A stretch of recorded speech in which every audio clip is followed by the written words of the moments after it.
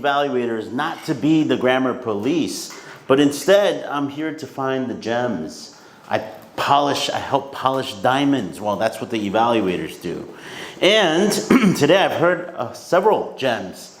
One of the ones, the word intuition. Love that word. Intuition, for those of you that don't know, is kind of you could also say it's a gut feeling. Right? For me, it's a big gut feeling.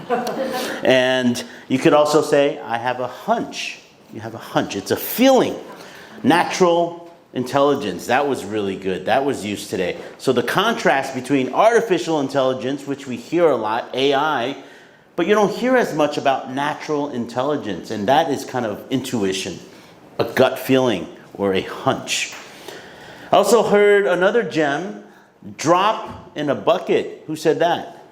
That was John. He's like, that's me. That was a gem, because for those of you, it means that it's a small, unimportant amount. Imagine a big bucket and you just put one drop of water in that bucket. It doesn't really matter. It's not important. So you could use that in the future. Also, to say something is underwater, not literally. John had mentioned that his company was underwater. What does that mean? It just means that he was owing more than the thing was worth. So being underwater, it gives you a real good image of drowning and challenge. So that was really good use. Good job, John, with the gems. Also, the word solicit. It's a very business-like term. To solicit means to ask for something in a formal way. Okay? So soliciting. And also, somebody used the gem whirlwind. Who used that? Everyone says Paul. Yes, Paul used the word whirlwind. Whirlwind just means very fast-paced. And usually, it's kind of a neutral word. You could use it positively or negatively. Whirlwind. So fast-paced. Paul was using it to describe Rebecca, who came into the club and was so motivated and has so much energy. It was like a whirlwind. Okay? All right.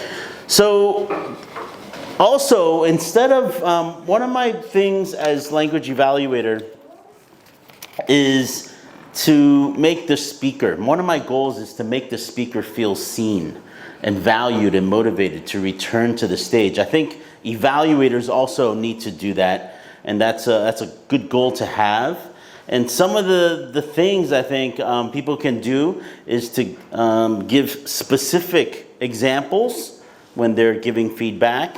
The sandwich method. If you want to give some suggestions or ways to improve, you want to kind of sandwich it between two good things, so it's not as stick out as much. And also give specific fixes. Don't just say, I didn't like that, but say like how you could improve it or make it better. Okay. Some of the words that I think we can use as language or speak users of language is to avoid the word but or however. And instead of saying but or however, we can say and next time. So we can try to use that. So one of the things that I think as a non-native English speaker, one of the quickest ways to sound more native is to focus on the syllables. I heard several times people using extra syllables, like the word signal.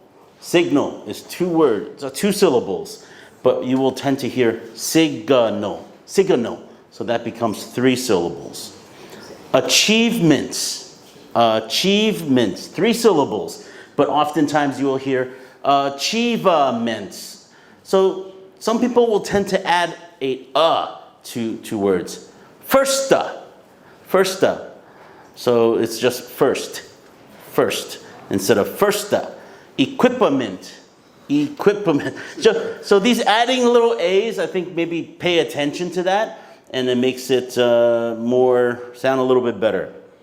All right, last but not least, I would encourage everyone to use language in a way that you can help lift people when you speak.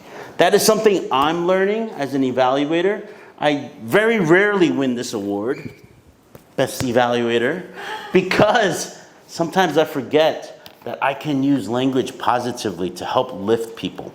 I think for the audience, it's a lot easier to listen to, and it's a lot nicer. So I encourage everyone to do that with the English or Chinese. Sorry, I didn't give any evaluation on Chinese today. Back to General Evaluator.